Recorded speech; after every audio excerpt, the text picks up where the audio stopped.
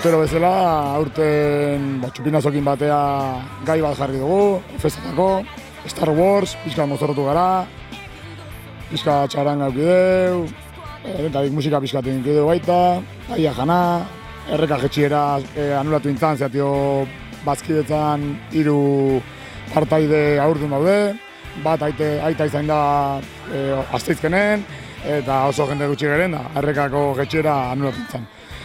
Gaur lehenengo urtez, esatu dugu tortilla lehiaketa bat, eta, bueno, gehien bat hoi. Uste darela 24 tortilla puntatuta, eta horien artean, oparitxo bat, 3 oparitxo dira, lehenengoa bigarrena eta hirugarrena entzako. Lehenengo barentzako Asturiasen Niu hotelean asteburu bat izango da.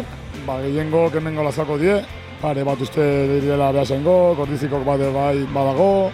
Gehien bat ola ezagune, gurasok, pixka bat, gehien bat ezagune. Helburu nagusia da, igande, asteburuan ostiraleen, larun baten jendetza biltzen zan, baina iganden pixka tola atxal bezala egiten zan. Eta bezatu gendun, jendea iganden kalea ateratzeko, atera arazteko, zerbait prestatzea, eta honek pixka mogiten du. Eta baita ere, ezkonduta ezkongaben partidu dago, garagardo batzuk edan, da pintxito batzuk jateko aukera aukitza baita.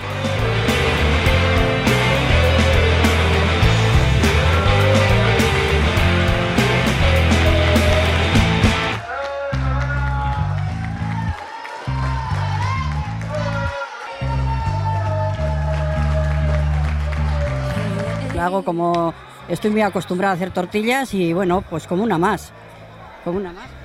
Si he ganado, pues ilusión. ¿El secreto? No tengo ningún secreto. Patata, huevo y una cebolla pochada, nada más. Pues es que no tengo ni idea. ¿Qué puede ser?